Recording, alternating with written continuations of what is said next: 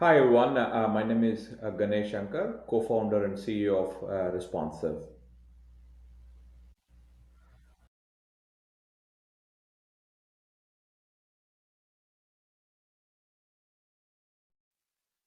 So, Uh, to be honest, we don't have any, like a cool garage story, like typical startup garages, or like Apple or Google, or even like a dorm room story, like bunch of friends in the same hostel or dorm room, like Facebook or Snapchat.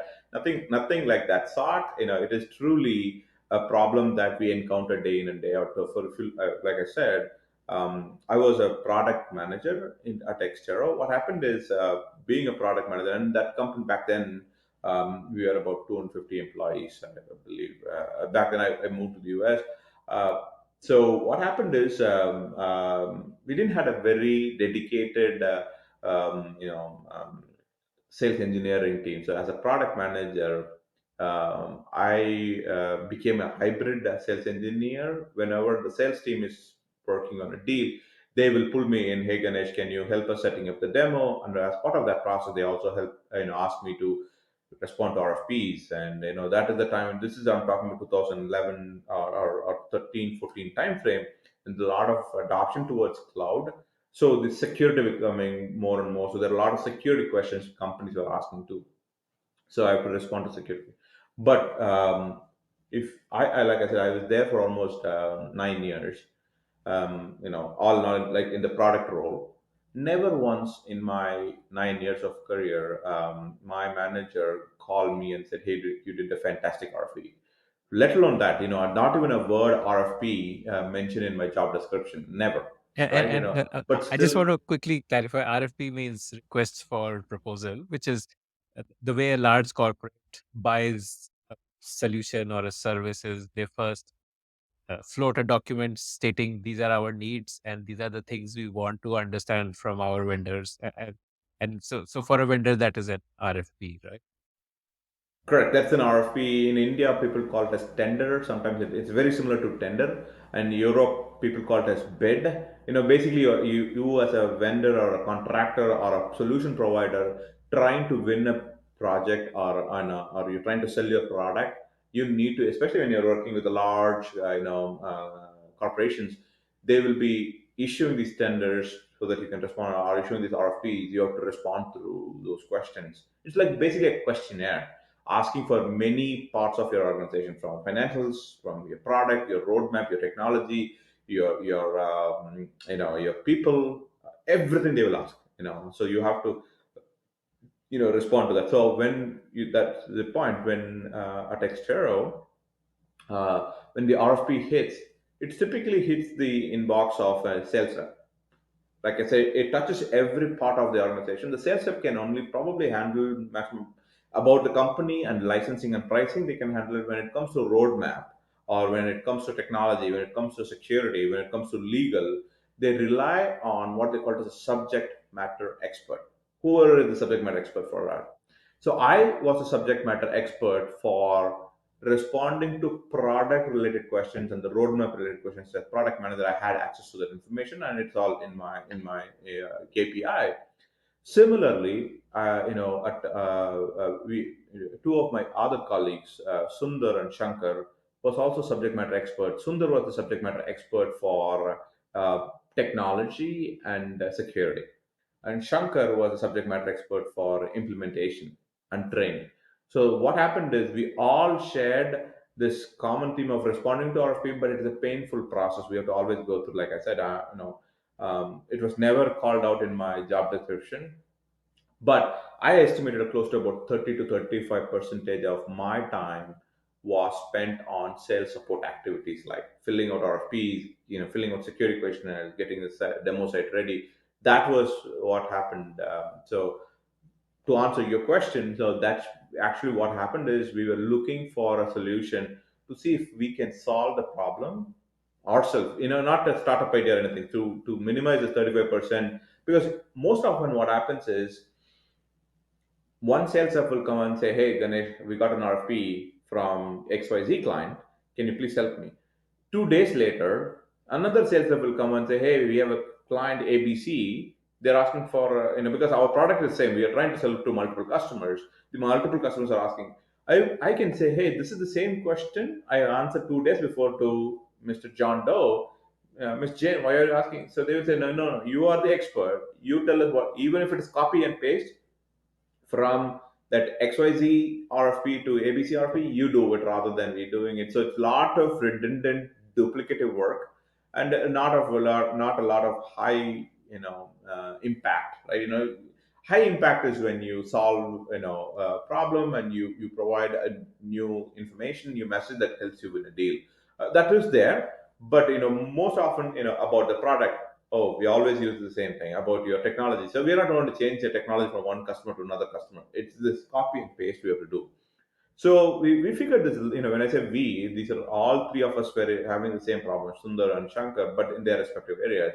So we looked into the market to see if there is any technology out there to help us streamline this process, so that we can basically, what I was looking for is a database, put all the content that I'm repeating, so and give the database access to someone, so that the sales reps or others who are interacting with the customer can just leverage, and if they feel like it's outdated, they can come to it. So we couldn't find any technology out there, so uh, that kind of prompted our interest into look into that space a little more deeper. And like I said, that company that we work for is 250 employees. What we came back is the products or solutions that were available back in 2015 timeframe didn't quite connect the dots for even for a 250 employee company. So we can only imagine how complex will it be for enterprise companies. It turned out to be true, actually, after 8 years. We'll talk about that. So that is when we decided to dig deeper into that space, and our interest became more and more as we come to know about the space. So finally, we ended up deciding to take the reins on our own hand. The rest is history. Today, we are 8 years past. That started in 2015, came to market in 2016.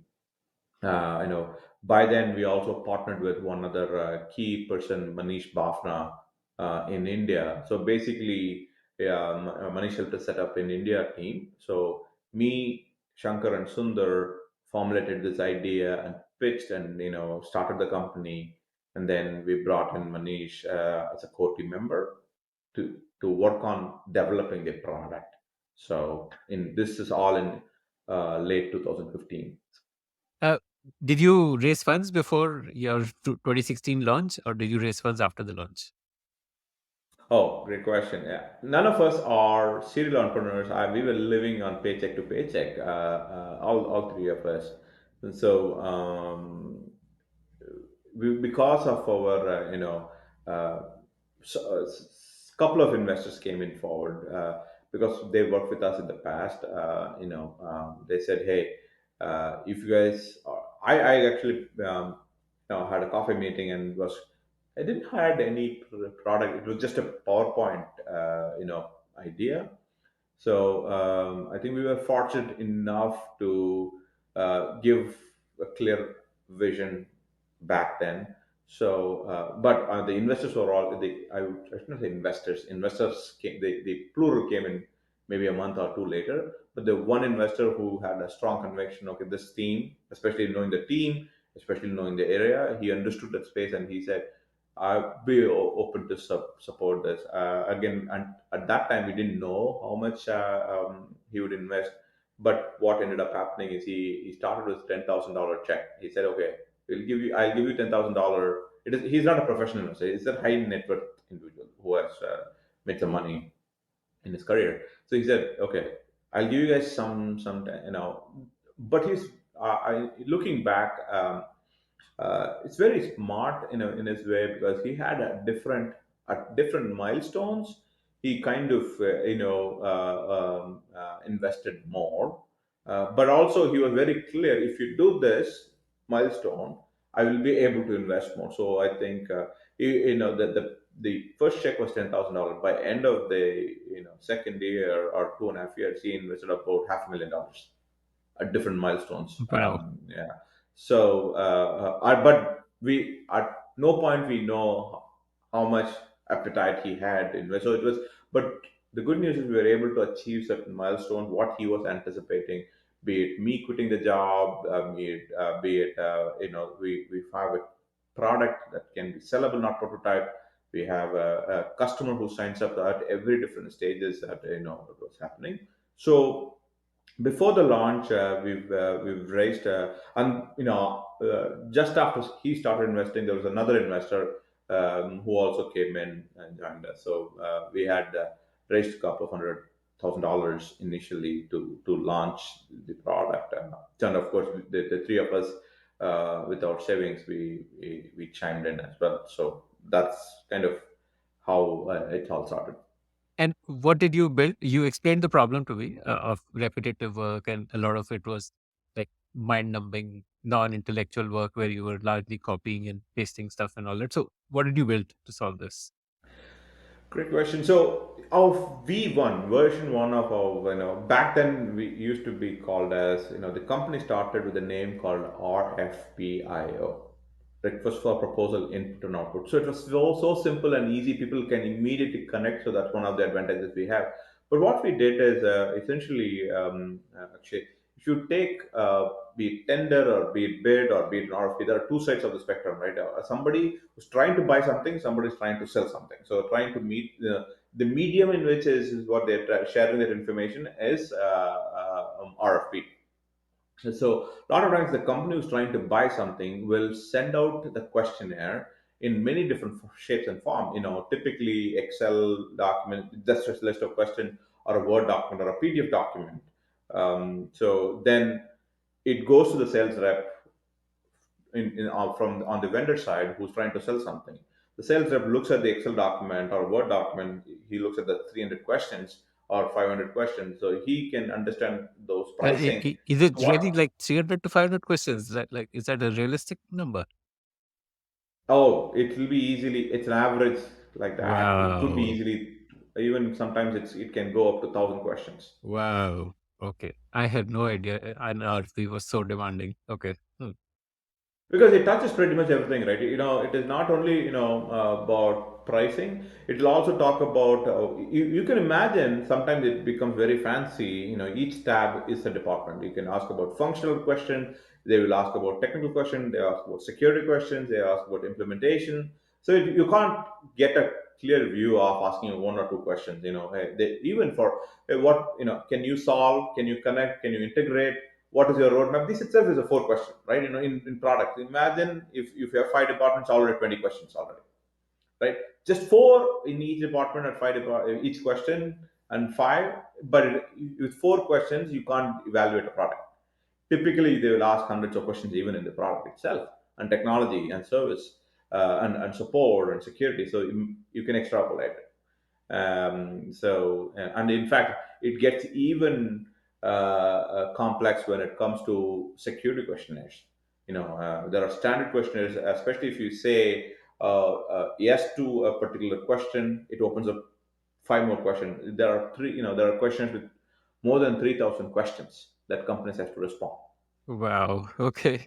That's incredible. Okay. And although it is received by the sales team, it is not a one-person job. It truly requires a village to complete an RFP in a real sense.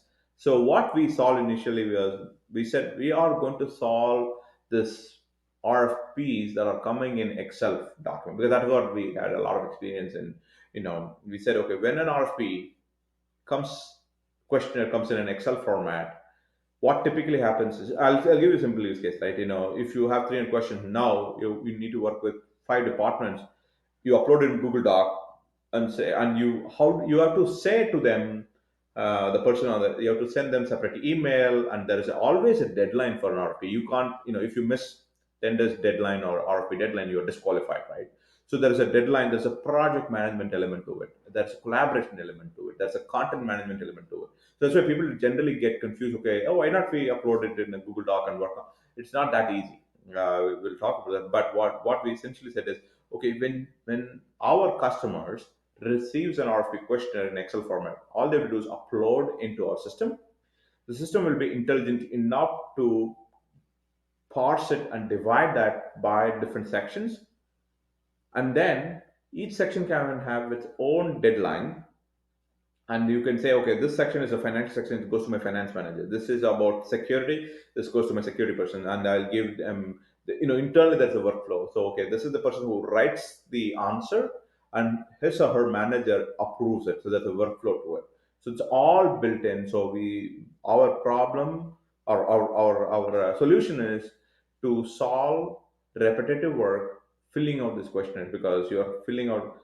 But the benefit of assigning this work to, it even gets complex, by the way, when it comes to even Excel. It's okay. Imagine a Word document. Okay, if Word document comes in and you have to break down by 5 different departments, and you sending to one department email, I'm just saying, in an email, if you send it, okay, this is about 50 questions goes to my product team, this is 25 questions goes to my security team.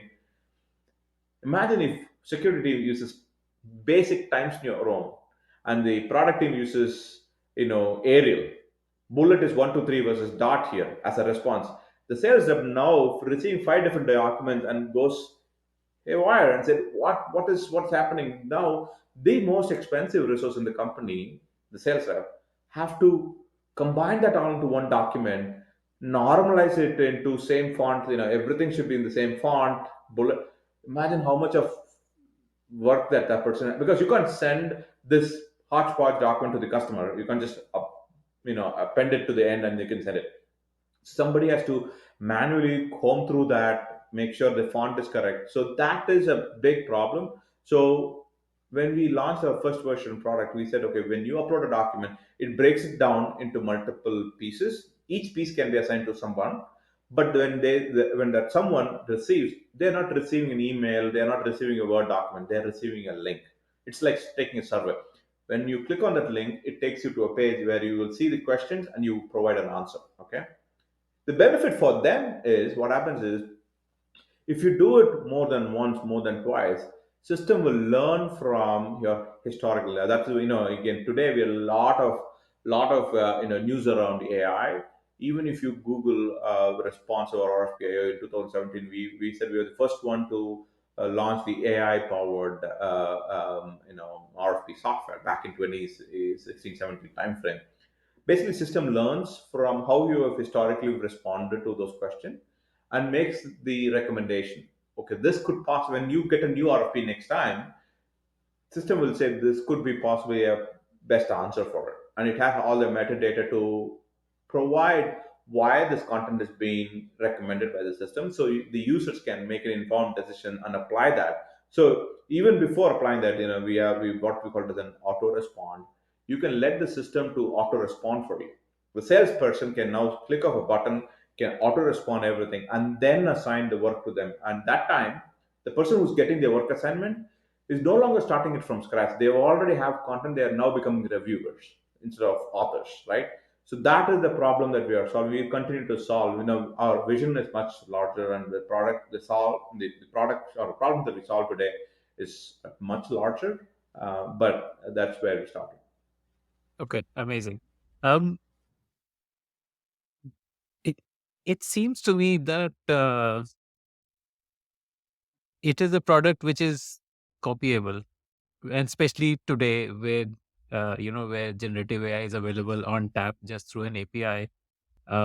It seems like a product which is fairly easy to copy. Like you create a workflows and project management tool, and then put in generative AI on it, and you can start selling it to enterprises. So what's your moat here? And do you agree with my Uh, assessment here that it seems like today it can be copied fairly cheaply, like maybe with $500,000 or $1 million, someone can create a clone? See, I believe for that reason anything can be, especially when you are talking about a cloud-based application. A lot of ways you can get insights and intel about a product, but it also depends on few things that we have done. If you look at it, the way we have import the document, and the process document is patented by us. We have a active patent that we've used it. And like you said, it is not just one, oh, we can do this. This is a combination of, what we call it as a content management, a collaboration, a project management. You have to integrate with multiple sources, and then you have to provide business intelligence, on top of it, right? And you have to be providing business. And not only that, again, I'll give you a simple example. Let's assume you are trying to buy something from my company. I was able to demo my product to you and say, Akshay feels really comfortable saying, okay, Ganesh, your product really meets my needs. I'm going to go for your product. But I'm not the decision maker. My manager is the decision maker, and I have to check with her to get this project approved or this budget approved. For that, I need few information like your product overview, your licensing plans, your implementation plan, and three references I need to talk to. Okay, so let's assume Akshay at XYZ sends it to Ganesh at abc.com in an email, nothing more. And I receive, Ganesh receive the email. I open that email. There is no attachment. There is no RFP. Okay, you are saying, okay, Ganesh, I'm not issuing an RFP. You are my vendor of choice, but I need this information. I open up that email. There are four bullets. Okay, so product overview, implementation plan, license, and reference. Now, product overview, I'm a sales rep. I need to route that question to my product manager who can help me draft the content. Implementation goes to my customer success team. Reference goes to my RevOps team. Licensing, I can handle it. So already, even as simple as an email, I need to work with three different teams. If you have responsive, you don't need to send out email. All you need is your mouse. Highlight bullet number one, right click, look up responsive for product overview, because that product overview content went out the door as an RFP response last week for a different client, for a different salesperson. How can we democratize that content? We democratize that content in so many different ways. That is more important thing. So the last bullet, like I said, content management, collaboration, integration, project management, business intelligence. The most important thing is content accessibility. Yes, you can use generative AI stuff all together, but all those are public information. We are talking about a corporate. Your product is only within your product manager. What is coming up in the roadmap, you will never be able to get it out of the public internet. It is already only in the minds of your product managers or business analysts. You need to work with them to get that information. That is a unique problem that we solve. It can't be solved with of course, we use generative AI too. We are the first one to launch. If you look at our thing, we use our generative, but we use it in a very complementary way that sits on top of enterprise content. The enterprise content is there in a curated way. Then how do we finesse it? How do we message it properly? How do we use a proper tone? How can we use a proper grammar? How can we use a proper sentences? Is it readable? That is where we use generative AI on top of the content. So it's been 8 years. We have gone through this. From an outside, it may sound a simple idea, but if you look deeper, the amount of collaboration, the amount of content moderations that happen, and the workflows that we have built in, it's pretty significant. It's not an easily replicatable thing. That's the reason why. There is a reason why we have, if you take the Fortune 100, that is world's top 100 companies, 25 of them uses us. 25 of Fortune 100 company uses Responsive, and we have over 2,000 customers worldwide. And these are not, these are companies who are in the sales technologies, in that space of building technologies, right? They themselves couldn't build it. It is Microsoft, is one of our customers. So yeah, Microsoft could have built it, but it is not that easy, and maybe not that focused for these companies to build a solution when they have best in class solution available in the market. Tell me about, you said that there are integrations. Like, tell me about the integrations.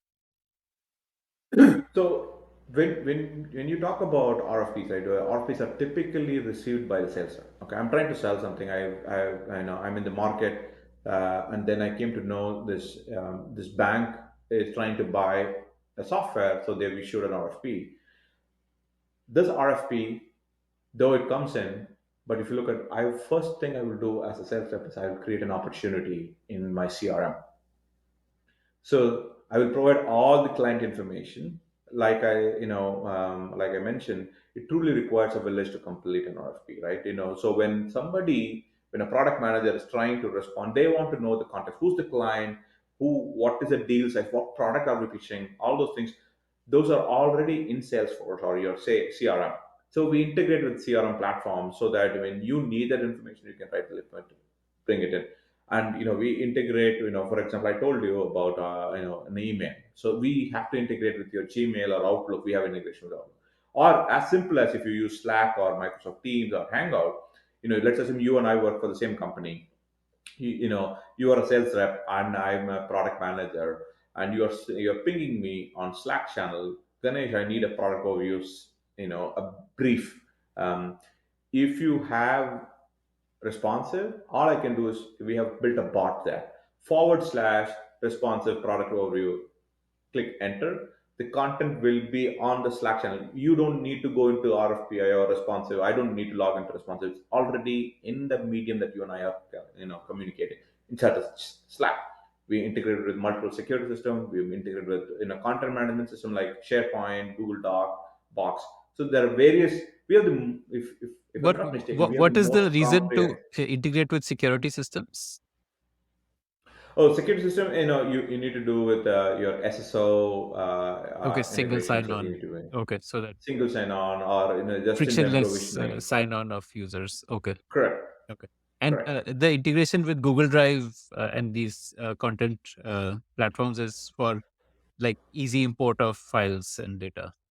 Easy import of files, or let's assume you have, the customer is asking for, hey, please provide your certificate of insurance. The certificate of insurance is in Google Doc, and you're saying, please find the attached.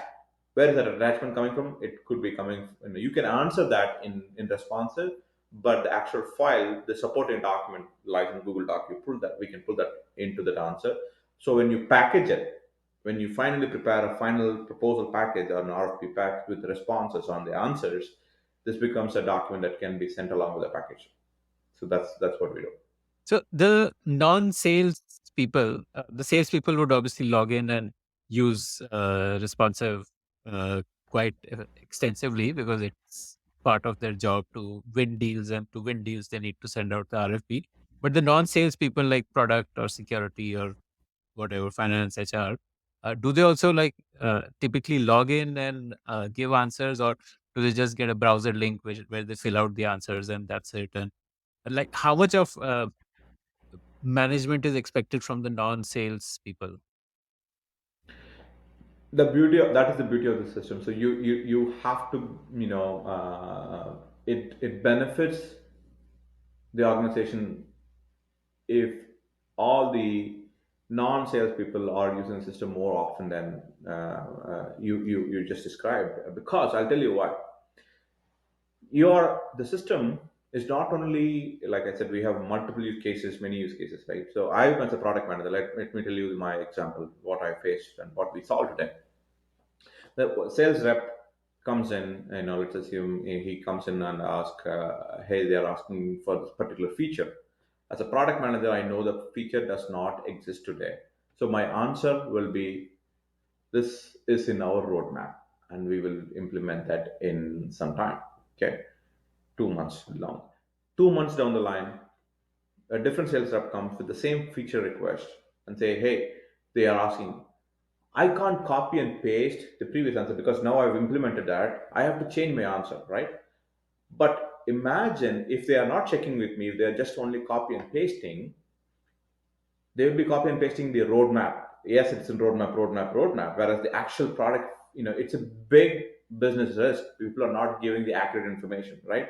But at the same time, the problem with that is, even if you're trying to approach me as a product manager, you're coming to me at the 11th hour. I am busy in doing my work. Now you're saying, hey, I have an RFP to be submitted tomorrow.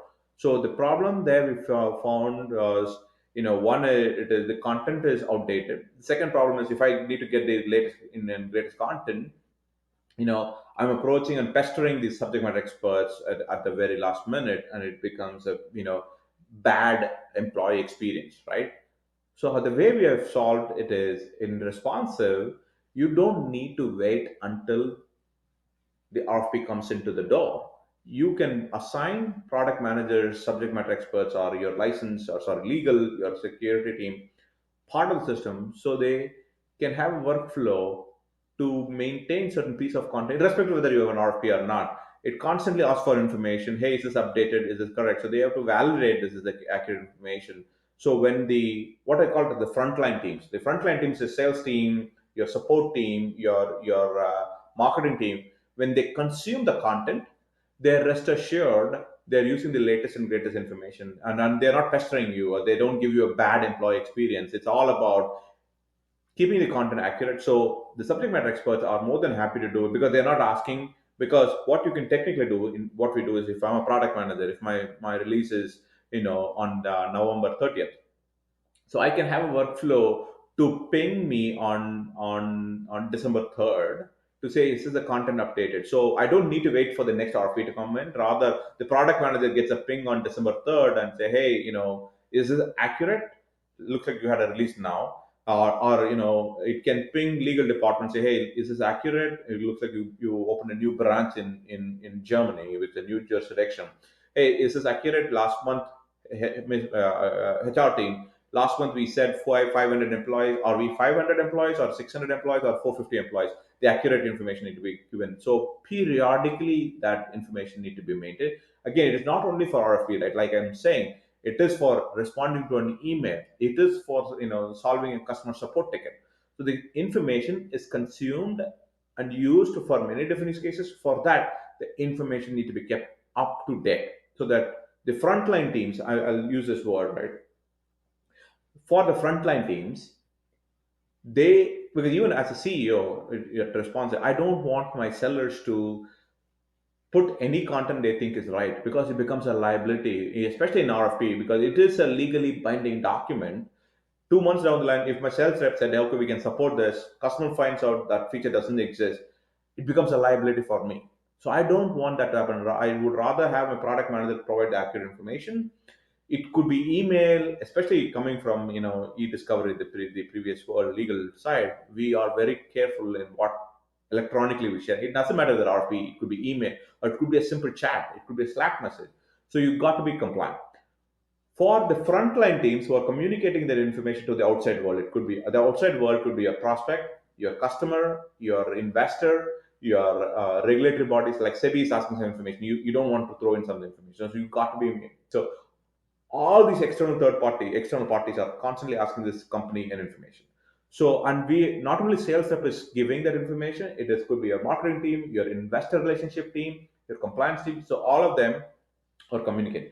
For them to be compliant, okay, to communicating, they can only be compliant when the backend teams like product team, security team, legal, operations team are constantly governing the data. The governance happens behind the scene. The governance, they keep governing the data so that the frontline teams are rest assured they are communicating the most compliant information.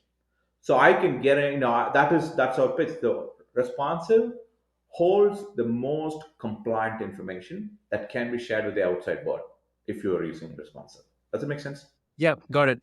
Who sets up the workflows? Like you said, I have a product release on November 30th. On 3rd December, I get a reminder. Is that something which I, as a product manager, set up, or the salesperson sets up? How's that workflow set up? Yeah, typically in an organization there are admins, who manages responsive.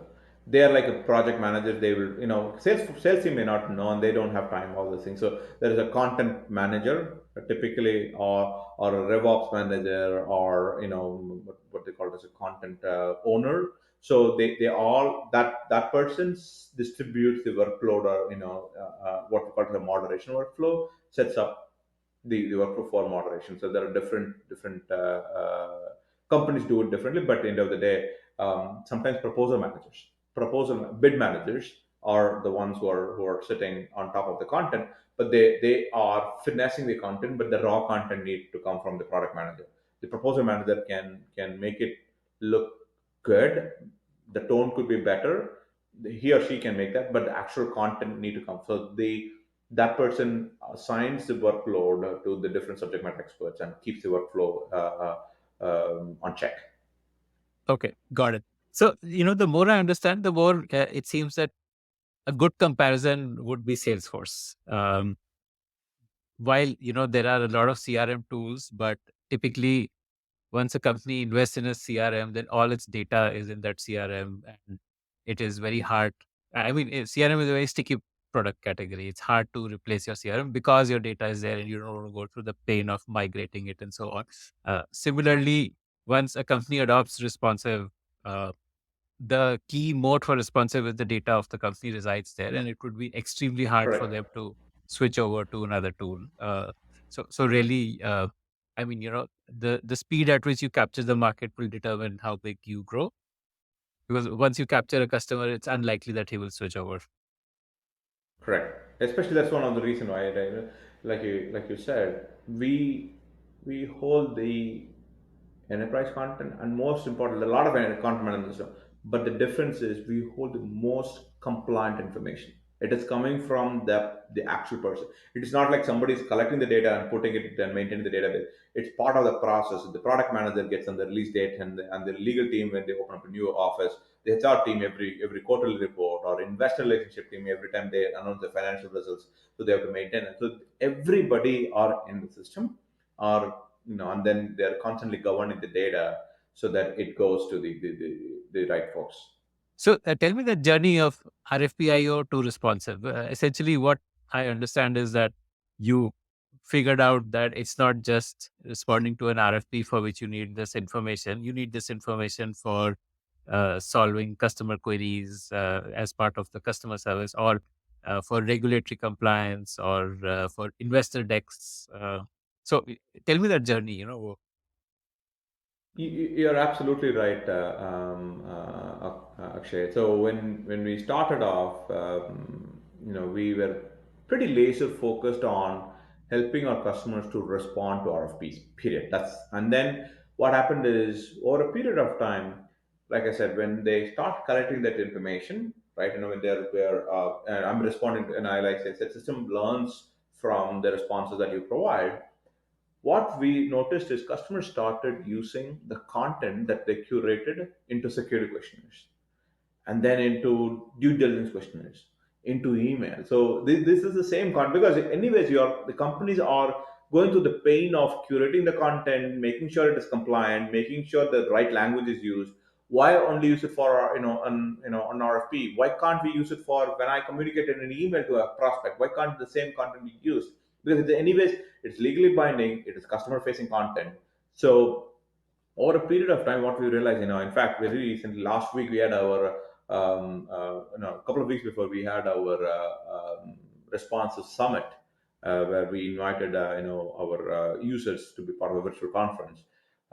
During that process, we also surveyed our customers to understand what are they using the product for. It shocking and surprisingly came, it is less than 50%, and not even half of our customers are using it for RFPs. So there are other questionnaires like security questionnaires, due diligence questionnaire. Recently, we are seeing a lot of ESG questionnaires, environmental, social, and governance questionnaire that's coming up. And even I'm surprisingly seeing, people are using our technology to respond to grant. To when they apply for a grant, the customers, their grantor is asking some questions. So it's a lot of use cases. So if you look back, then the name RFPIO really resonated well, and it still continued to resonate well. But what it also is limited us to think from an outsider perspective. It's only for RFP system. So the moment that we changed the responsive, I was telling my CMO Michael Longren, I was bummed. There's not kind of revelation. Whenever I said, "Oh, it makes sense," people almost, even I'm sure you said the same thing. Oh, yeah, RFPIO. Now, I understand why response. It became like natural, evolution, not a revolutionary change happened. It became like a natural evolution in a good way, and I was pleasantly happy with that, because then again, when you drastically change something, right, you have to spend a lot of energy, time, money to re-educate the market. But the fact that it became like almost like an evolution for us, I was very pleased. And I would say, time and again customers have said this: you guys have selected the right name. And yeah, that's how we transitioned, because of our um our customers using our product for many different use cases other than RFPs. Into responding, that's what, if you look at this whole new category, is being coined as SRM. What that means, stands for, is strategic response management. You basically managing all your strategic responses. It could be RFP response, it could be DDQ response, it could be a grant response, it could be an email. So basically, responsive allows you to manage all your strategic responses in one place. And we are noticing customers are adopting. And in fact, we recently, worked with a third party to provide what we call it as an SRM maturity report. I'm sure some of my team members might have touched upon that. The maturity report, gave us a lot insight. Basically, it gave us an insight into, if companies adopt SRM technologies, like whether it is responsive or other products, if they are using it, the odds of, especially if they fully adopt, they odds of winning deals gets very high. In fact, it's about 16% more than companies who use it, but not as to the extent that it should be used.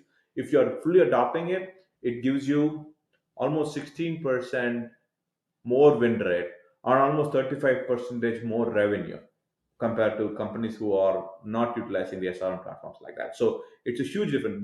Though it's in 16 and 35%, if you look at real numbers, it is huge. Another context, right? As a company, as a product, we calculate all the tenders and RFPs are submitted through our platform. When we aggregated the data, life to date, we have processed more than $400 billion worth of RFPs, or transaction. 400 billion. And it's only been 7.5 years into the 400 billion existence. successful deals, value of I would successful not say deals, successful, or 400 not billion is successful deals, value of proposal submitted. deals that is Okay. correct. So Mhm. deals that has been processed in our platform. Correct. Okay. Okay. Amazing. Amazing.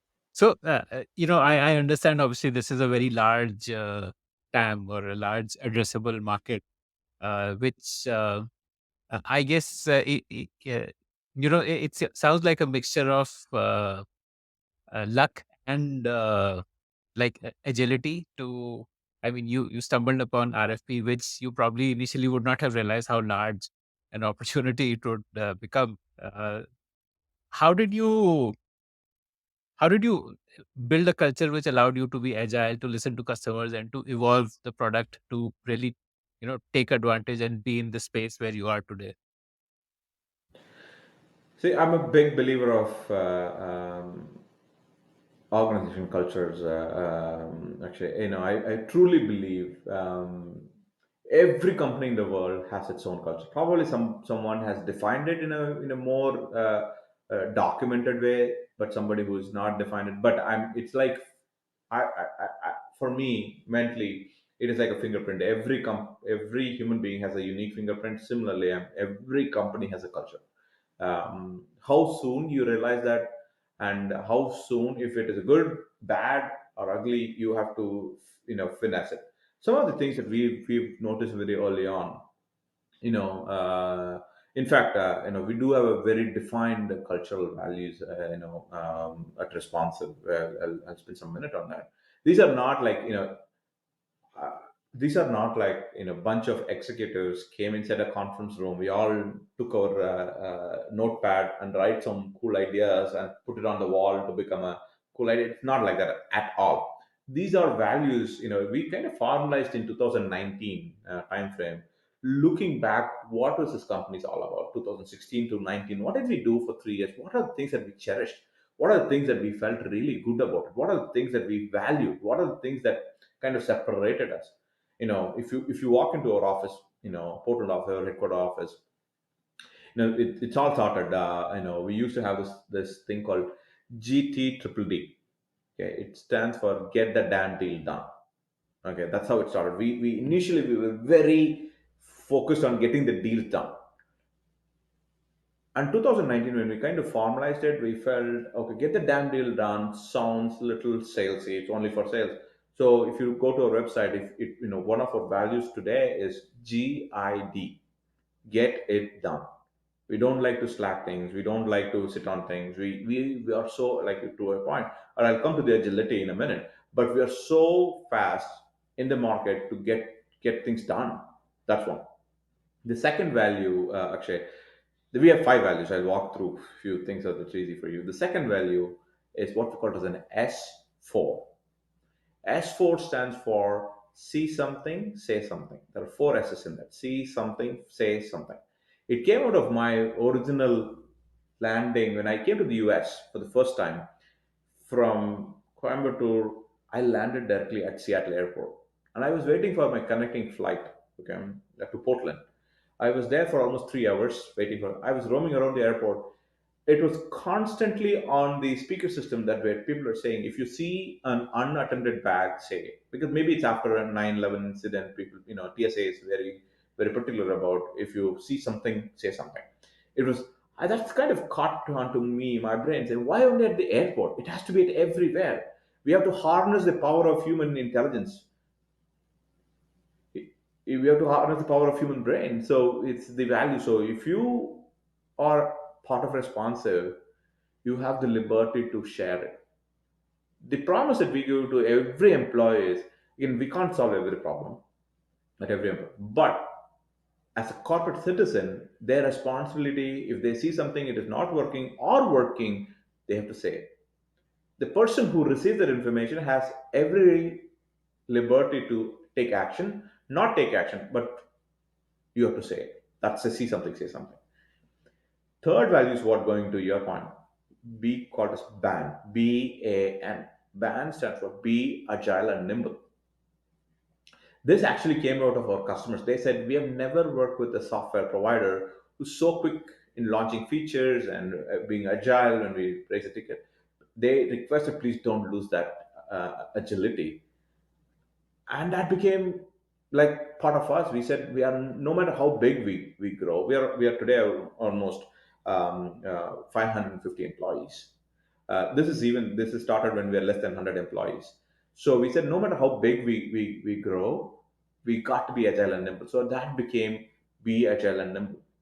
But it's The just third, stating it doesn't make it real. How did you make it real? How did you make the yeah, agility happen? I mean, just putting it down as a value doesn't make it real, right? absolutely. No, that's why I think it's not just poster ideas. There's also things. If you look at how we operate, in many different ways, a lot of companies do say they listen to customers, correct? How they implement. As a product manager, I also have 8 to 10 hours in my day to work on, and so maybe one two customer I will talk. So it's practically not possible to solve it with the people, right? For that reason, we have built a feature inside the product. You can submit an idea. We have over almost 4 lakh users in the system. So one user putting an idea, every 4 lakh user can see that idea and upvote on it, downvote on it, they can comment on it. So it became a source of roadmap item for our product team, and they act upon it so quickly. We take that too seriously. We say, even if you're not implementing an idea, we will say it to the customer. So that essentially what Microsoft, Microsoft, it's ironic, Microsoft, when they selected us in 2018, they issued an RFP for an RFP software.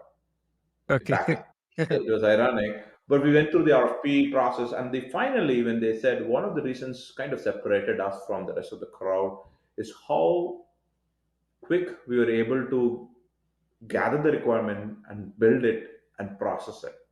Essentially, they said, you guys are crowdsourcing ideas and implementing on it and acting on it. That kind of separated us. That is part of our DNA, product DNA. Again, at the end of the day, this is run by a bunch of product managers. This company is, including myself. So we understood that agility, and we process. Again, typical your agile process. We have all those Scrum, but at that tactical level, how quickly we launch. I'm a firm believer of launch fast, fail fast, learn fast. So we all believe that in that process. So we don't like to take months and months to do certain analysis. Just do it and learn it. Again, with set the right expectation. Don't create unrealistic expectation. Don't say we are the best, when you are eventually trying to improvise your idea. So setting the right expectation internally also, right? Your sales team should believe this is a product that is getting matured, so that they are not overselling something. Setting the expectation with the prospect, setting the expectation with the customer. Hey, this is alpha, beta. That kind of separated us, and it still continued to separate us. And I'll talk about the fourth bullet, right? We have this thing called GBT, which stands for give back time. Every technology company, this is probably a perfect answer for your question. How are we implement? Every company today, they're going to say where automation creates efficiency, we are giving back time. Absolutely, we are doing the same thing. How can I take that to one level more, right? We don't like to mess around people's time. I don't want my time to be wasted by anybody. It's only fair for my employees to think they should not waste my time. It could be your manager, it could be your subordinate. So the fact that I have the authority, I should not take somebody's time for granted. We insist so much. I if the meeting gets wrapped up early, they should wrap up early. Don't wait for it. Since the manager asking just for sake of, hey, I can get together one-on-ones. If you don't need it, don't wait. Give back the time to employees. Give back the time to the prospect. Give back the time to the customers. Give back the time to the investors. Give back the time to your partners. That's how we see things. Last but not the least value, we used to call this as DMC C. And when we rebranded, we changed it to DOC. DMC stands for don't mess with your customer. Okay, don't mess with customer. DMC that was. And when we rebranded, we want to give a positive reinforcement rather than negative. So we changed it to delight our customers. Became DOC. So our pure essential reason is to delight our customers. They are the ones who are keeping our lights on, and we already know customers have thousands of problems to deal with, and we should not become the 1,001th problem to deal with. So we have to be the most easiest company to work with. We have to build features that our customers truly value, and they get delighted to use it. So that's our core mantra. These are the five values: GBT, giving back time, see something safe, say something, and get it done. Be agile and nimble, delight our customers. These are five things that kind of inbuilt. I would be surprised if any of my team members are not even calling it out. I'm very pleased. I've seen profound impact on company, how we have as a company performed with these things, and we still follow that pretty heavily. Got Again, it. it gives you so many reasons, right? Giving back time, or I see something, say something at even at the intern level, it gives them a reason to escalate something. Hey, I've seen so many times they'll say, in the spirit of S4, I'm saying something. Again, I'm not complaining. They use this the word called in the spirit of S4, I'm giving. In the spirit of giving back time, I don't need to have a meeting. So it saves so much of time. In the spirit of getting things done, I'll do it. Next time, you do it. In the spirit, I've seen this thing coming all along every part of our company's day-to-day work. Amazing. For the delight our customer part, you must have invested in like a customer support, customer success team, like to make it real. Because again, like to make those words real, you need to back it up with some sort of investments or processes. Yeah, absolutely. That is one of the reasons. If you look at again, these are not like just for the namesake or a poster idea. Sure, you track companies on review platforms like G2 Crowd, Capterra, Software Advice. If you look at our reviews, we have the most number of reviews and we have the most ratings as well. It doesn't, these are not like, okay, these are not like manipulated reviews. These are genuine reviews. Sometimes anonymous reviews. Sometimes we do get critical reviews as well. Hey, you guys have to improve the product. Absolutely, we take it to the heart. There is a reason why we are. I think it's mainly because, again, we don't like to call this or this. This is pure. what I call it as a customer experience, from end to end. It is not just customer success department. That's what most of the people think. It is only that department, support departments respond. I don't think so. That's the case. It is from the day one, the customer goes to your website or the prospect goes to your website and looks up for you. From there to the journey, everything is important. The experience is much more important than just support, solving support. So I think that is what I separate. It is not just one department; it is the entire company's focus to provide. That is why it is part of. It is not a departmental goal, DOC. It is a company goal. It's everybody. Legal department talking to customers should be polite. They, our collection department who's talking to a customer who kind of forgot to process the payment. Every experience matters, Akshay. It's not just customer success team's role. Amazing. How do you evaluate how people are doing on these? Like, do you use some sort of a tool to do that, or is it like culturally ingrained, and therefore you don't need a formal evaluation system? We do it as a combination. We don't like to micromanage people in a way, because again, this is going back to the core teams that are responsive, right? 7 years or 8 years before, I was on the other side of the table as an employee. I was listening to my company's speech. I was listening. I had certain expectation from my manager. I had certain expectation from the CEO. Now that we are on the other side, it doesn't make us superhuman. It is same Ganesh who was on the other side. Now that I have more visibility, I have more responsibility, but it is only fair for my employees to expect the same thing that I expected out of my manager, out of my company. So we do a combination of, we follow OKR at the department level with objective key results, and then in terms of we empower the managers to go to evaluate the performance in combination of that. So that's how we do. But we don't go individually and micromanage people. That's not us. Okay, got it, got it. Um, Tell me about how you learned to do sales. In terms of acquiring. You said that 20% of Fortune 100 companies are your customers. So, what are some of the sales hacks which you've learned, especially when you're selling to such large enterprises? What works? What doesn't work? See, like I said, I had the privilege of being a sales rep myself, right? And I started off my career as a sales rep, feet on street. I'm not a technology guy. So I had a little bit of a fair understanding of what a good sales team look like. So the first and foremost thing is to have an amazing sales team who understands the product and who understands the problem that your company is solving. So in the initial days, I think I almost closed 20 or first 20 or 30 customers is brought by personally by me. We did not have the sales rep back then. So it gave me exposure not with just sales, how to sell technology, and then uh, one thing I would say, actually, in the very early on process, again going back to our value of get the damn deal done, right? One of the my mentors, who's no longer with us, he passed away a couple of years before. He instilled two thoughts in my brain. One is time kills deals. You got to act fast. That is how get the damn deal done came into play, right? Time kills deals.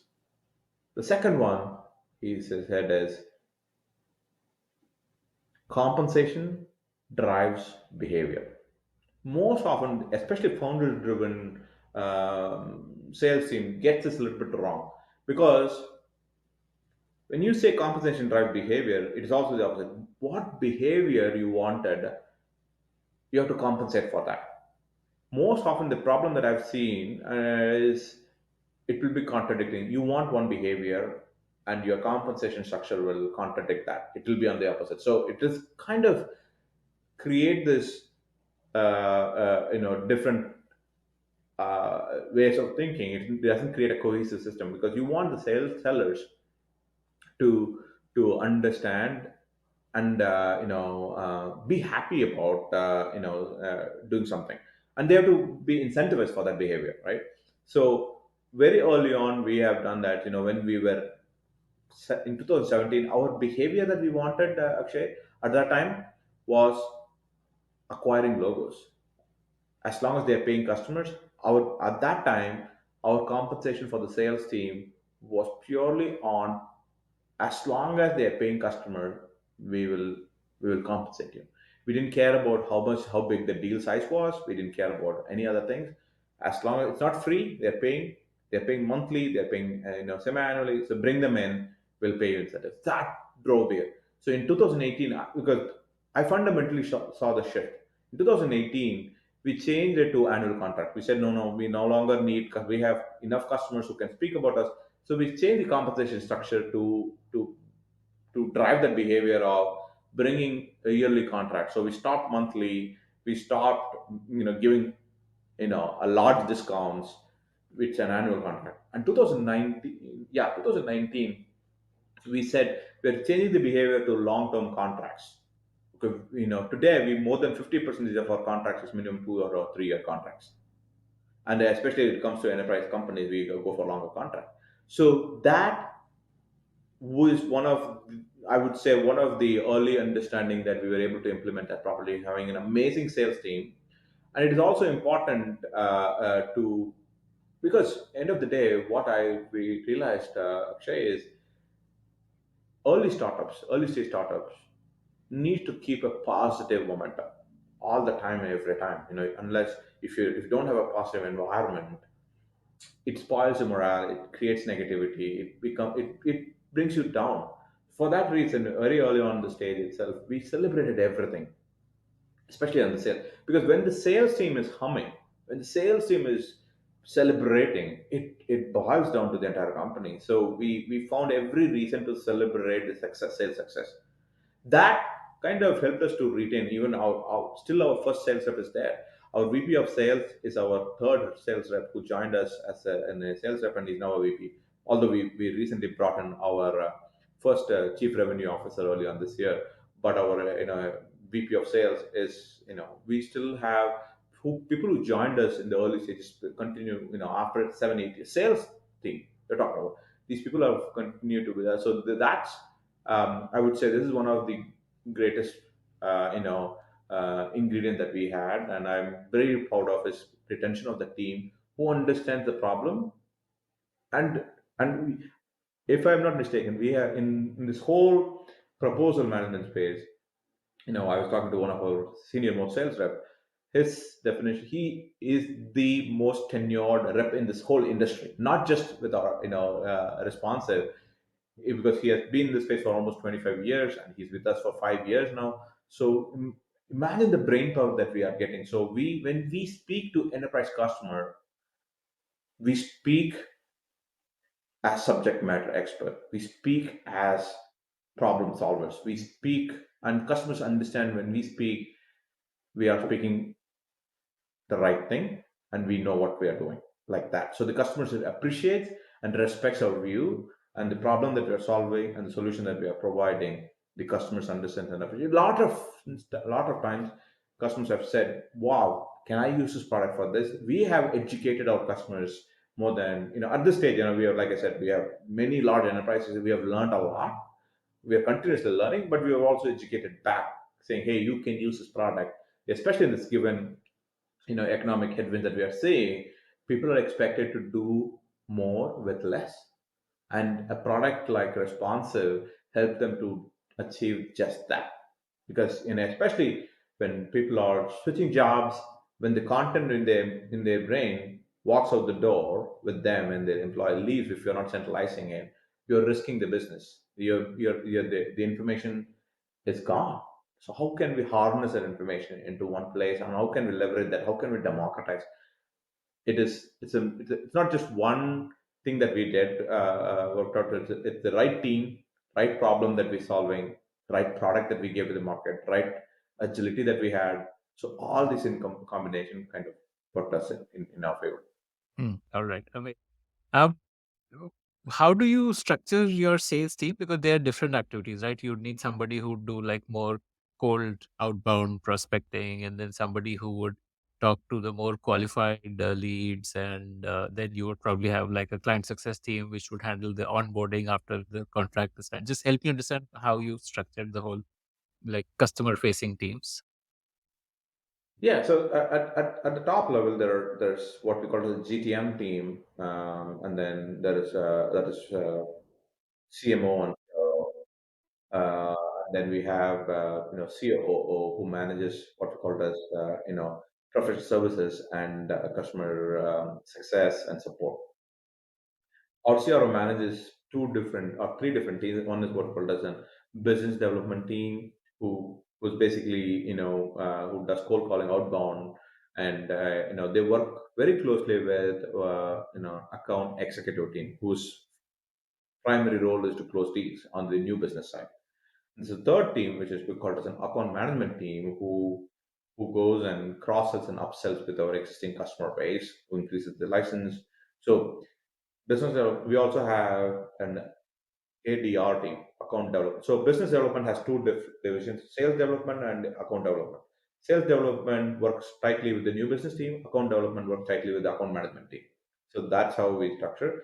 And under operations, we have a professional services team who also manages our onboarding, and we have a customer success team who's maintaining the ongoing relationship. So once onboarded by the onboarding team, they hand it off to the customer success team. The customer success team manages. They are not cross selling and upselling. They are adding value. They are creating value. They are solving problem for the customer.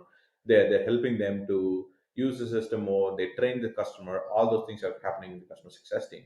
And if there is any support like bugs, all those things, that goes to our customer support team. So that's how our customer facing teams are structured. It sounds a little so, if I'm the customer success rep for a particular company, they would be most comfortable with me for everything, including upselling. Why have a separate account management team? And um, I mean, it sounds a little chaotic with so many people looking at one account. But true, but we have a very clear transition thing. So the moment the new business sales happens, when the new business team will hand it off to the onboarding person. So when the expectation is set, so the expectation is set by the onboarding, saying, hey, they are only for helping you to onboard, migrate your old content. Once that is done, they get introduced to customer success manager and the account manager. So those are the two reps who maintain the relationship throughout the lifetime of the customer. So they're only on post sales process. But why It's just have a to? short period of time, Could you not have just one person doing this, or that because doesn't we work? don't want our no, we don't want our customer success team to Have a again, revenue target. compensation drives behavior. I want our customer success team to be a subject matter expert there for real success, not trying to sell constantly. Mm, We got it. should not sell. That is, and their compensation is not driven based on anything like that. It is purely based on retention Got training. it. So again, compensation drives behavior. Right. Interesting. Yeah. So you don't want to compensate customer success team with revenue targets. You want someone Correct. else to chase the revenue targets. Got it. Okay. Very interesting. Absolutely. Mm. Correct. And what does your go-to-market team do? So go-to-market team is like doing the marketing, like events and No, go-to-market team is, we are very clear go-to-market. When we say go-to-market, it is a combination of sales and marketing. We have CMO and CRO. Combination is what go-to-market team is. So our go-to-market, when we talk about our CMO's organization, you're talking about demand gen, content marketing, events, and that is pure, primarily the focus of product marketing, customer marketing. So we have in different departments under CMO. So basically anything to do with marketing, what is including customer demand gen. marketing? I mean, is it everything customer market? What does that mean? Oh, customer Oh yeah, marketing no, means not at marketing to all. existing customers, like about Correct, upselling. Okay. correct. So when we launch a new product, new feature, they have to take it to the existing install base. Mm. So they have to run a campaign that has been driven by customer marketing. Okay, okay. And how does demand gen happen? Like through paid ads and in addition to events and We content? we We have paid, we have organic SEO things, we have what we call it as an PPC campaigns that we do. So and then of course, like you said, events, we attend events, and uh, we also conduct thought leaderships that we do. So all those things in combination. Okay. Okay. What's your learning about how to price a SaaS product? You must have gone through a journey of figuring out what is the right way to price it. Just taking through that journey. When you launched, how did you price it, and how is that matured to where you are today? Uh, in fact, we I would say we got lucky. We did not do a lot of changes. Even today, it's the same price, but we are changing. 8 years we had the same model, but our model is very unique. In a way, probably you've not heard about it in most of the time, because we are not typically, when you talk about SaaS product, they charge you based on number of seats that you have. But we don't.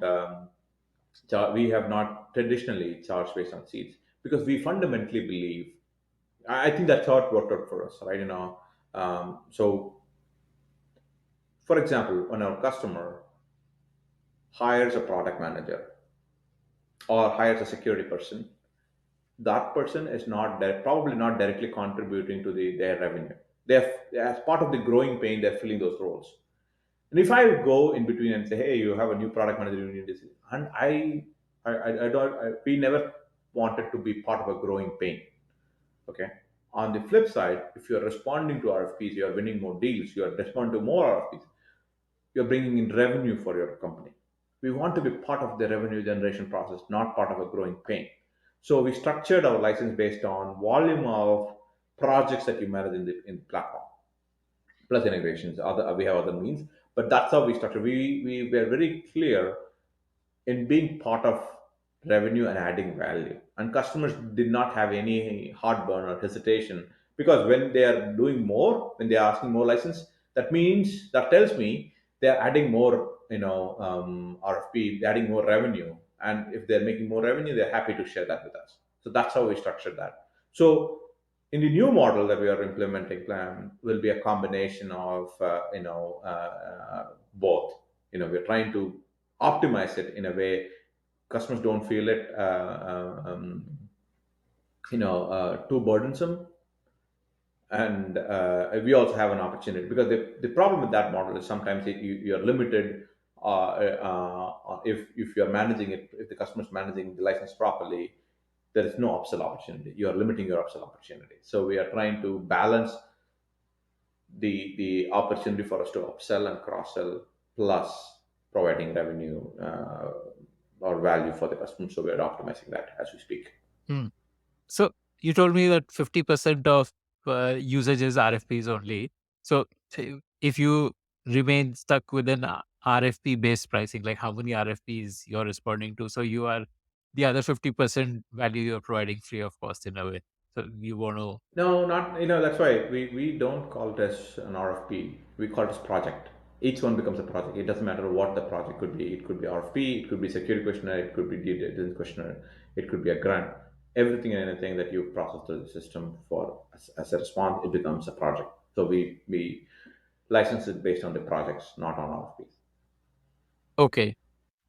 So if the marketing team needs some information about the product roadmap, that will be counted as a project if they're pulling out that information for putting on the website or whatever, right? That becomes an integration. We sell what we have a product called Lookup. So that is a special product. That's what we are talking about. Accessing the content is different from running through a project like an RFP. So we have project by license plus connection. So if you want to look up the information on your email, or if you want to look up the information on your Slack, that product is called Lookup. You can look up that information. So that has been licensed separately as an add-on alongside with your original licensing structure. Ah, okay. Got it. Got it. Got it. Okay. And what, give me some idea of what the pricing would be like. It depends on, like I said, it depends on the number of projects. So, you're at the minimum, you're looking at about $15,000. At the maximum, it can go to $1 million. So it depends on $15,000 for wide how range. many projects? Like, Five projects. You will start with the okay. minimum five projects. Mm, mm, mm. Okay, got it, got it. So, what is the way to increase your market further? I'm guessing right now a company which is selling to businesses would only be looking at this software, right? But let's say a company like, say, Unilever. So Unilever is a pure consumer-facing company. They may not really have a need to respond to an RFP. They may not think about going in for an RFP software. They may, even though they would have other needs, like the ESG and the regulatory need, Yeah. but they may not think of looking for an RFP tool. So, what is the way in which you can capture that market as well? What are your thoughts on growing your addressable market? That's the exact reason why we rebranded our company. Our messaging will be, end of the day, Akshay, what we're trying to do, even before to go, the market is wide enough, let even people who are responding to our every company, you're to an extent you have to respond to an RFP. Even you talk about Unilever, I'm pretty sure if Unilever is trying to send all their product to government agencies, or they're trying to put it to a city, they have to respond to RFP. So the problem that we're solving is very unique. It's not like it is not there are few companies may say, okay, it's not applicable for us, but the problem is very resonating. But more than that, right? When we rebranded the company, we also take a hard look at the vision of the company. What are we trying to achieve? What is the big vision this company is having, right? It became very evident what we're trying to do is along the lines of companies to share information. Basically, our vision is to empower organizations in and around the world effectively share and exchange their information. A company is requesting information, a company is responding to information. So, our mission is to create the world's most powerful information exchange platform. We want to become the de facto platform to share and exchange information, and our platform will be supporting that. So, you talked about RFP. So, we do have an opportunity to help people who are requesting information, The sending out buyers. the questionnaire instead of sending it in Excel document or a Word document. They can, with the product we have in the market, they can issue the questionnaire. And if you're already as a responder on the platform, so basically we are trying to bring both sides of the spectrum onto the same platform. Our vision is to create or empower organization to information exchange most easiest way. Streamlining that process is what we are after. And I do think that's the BHAG that we have. That sounds yeah, pretty exciting as an opportunity. Is that a monetizable opportunity? Like you have to get buyers on the platform, because one approach could be to say that you offer it to buyers at a like free or very low cost, because getting buyers on the platform gives you more sellers. Like if a buyer sends an RFP through Responsive, the seller will wonder, hey, what's this? You have an opportunity to sell to him. So is that what you're looking at it as, or is that like a monetizable opportunity which you're looking at? It, it's a little early in that thought process right now, but it could be that there are different ways to look at things like that, right? And so it's a little early in this process, but you know. Imagine a world if you're trying to buy something today. You have to go through the painful, procurement team handles the purchase process, but procurement team probably are not the right people to ask the questions. They are depending on what should I even ask vendor. If you're trying to, so let's assume you're trying to buy an ERP system, they are depending on the business users to provide the requirements. How on the responding side, the sellers are coordinating with multiple subject matter experts, the product managers and the subject security people to get the answers. Procurement team face a very similar challenge in getting the questions. So we can facilitate gathering the questions, in a more simplistic way between procurement team and the business users. More importantly, how with our artificial intelligence, how we are recommending answers based on your historical. Similarly, with our AI capability, we can let the business users draft initial set of questions that they want to ask the vendors. Otherwise, it feels like you're writing an exam. Oh, okay, now you have your primary job as a business user you're doing. Now you have to sit and draft a requirement. I'm looking for this.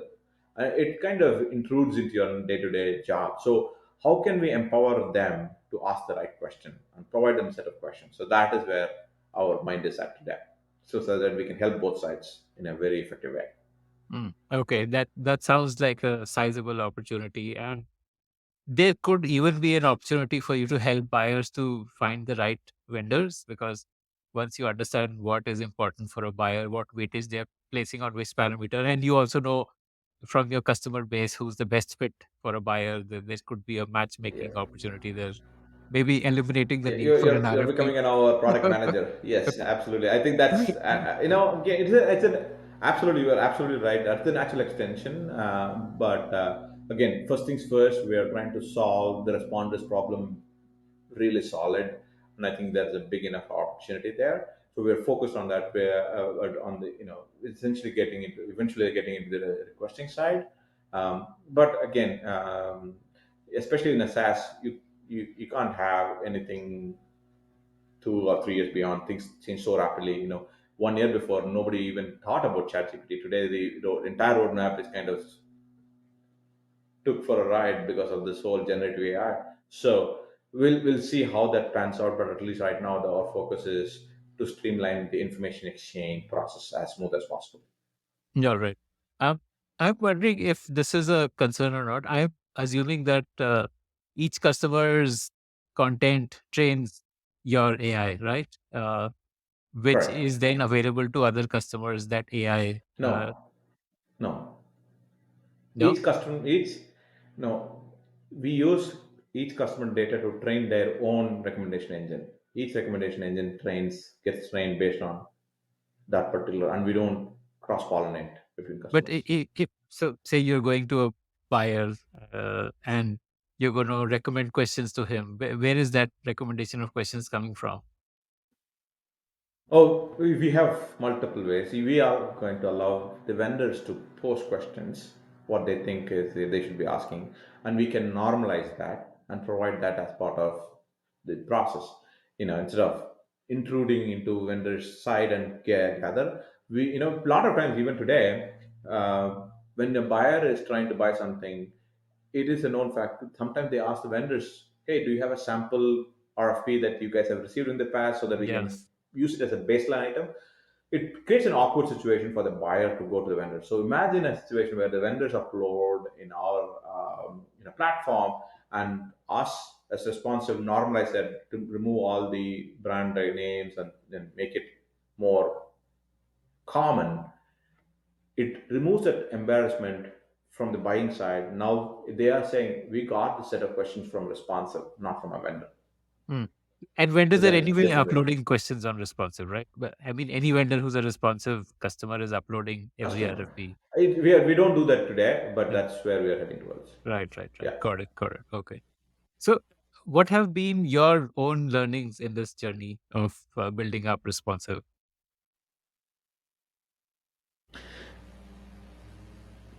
One is building a company is not easy. It truly a customer funded business is truly sets them apart from a lot of companies who try to raise ton of money or trying to raise money. You got to put yourself in a position where it is truly a customer funded business. That's one. And your personal problem is not universal problem. You have to validate. Though yes, you have experience, I face a challenge doesn't mean that customers are also facing. We should not assume that the problem that we have is the same, because even the version one of RFPIO is completely different from in responsives today's version. So that, and leverage your network's power. How do you leverage your network? How do you leverage? So don't be shy. You can't be shy, So, like the first especially when 20 you. sales you did yourself, that was through the Yeah, power of your network. Even the correct, fundraise, the first investor was through your network. correct. So that you can't be shy asking for help. You can't run a company if you're shy on mingling with people, asking for help, networking people. So that is a hard shell that I have to break. Again, I'm not. I did not even had a Facebook account until 2015. Okay, so I know, so once I start, these things you got to develop, and creating an inclusive environment is very important. Where people feel they are a part of this process. It is not okay, one or two persons company. It is part of this process. We are all in this, creating that sportiveness, creating the culture. Again, understanding this is not charity trust. Understand this is for a profit organization. You need that hunger, but it's also important to be humble. Help me understand when you say that you are a customer funded company, like how much have you raised till date? And like as of now, are you like, profitable? No need to raise further funds or Yeah, we are truly a customer. We are funded by a private equity firm called K1 out of LA. They're a minority holder in our business, but I think your last from the fundraise get, was 2018, which is like five more than 5 years back. yeah, we didn't. Yeah, 25 million. We raised over $25 million, but we also did a couple of acquisitions in 2021. And so we are not in the market to raise capital. We've been profitable for a long time, and we continue to operate profitably. Wow. So again, that's also one behavior we have always wanted. We have to create what we call as a sustainable business. It's always important for us to create a sustainable business. So that's what I figured. My partners and we always think about how can we be sustainable and not be dependent. So today, no one customer holds more than 1% of our revenue.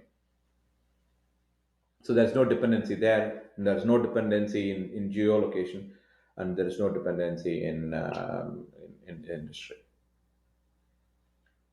What's the average contract value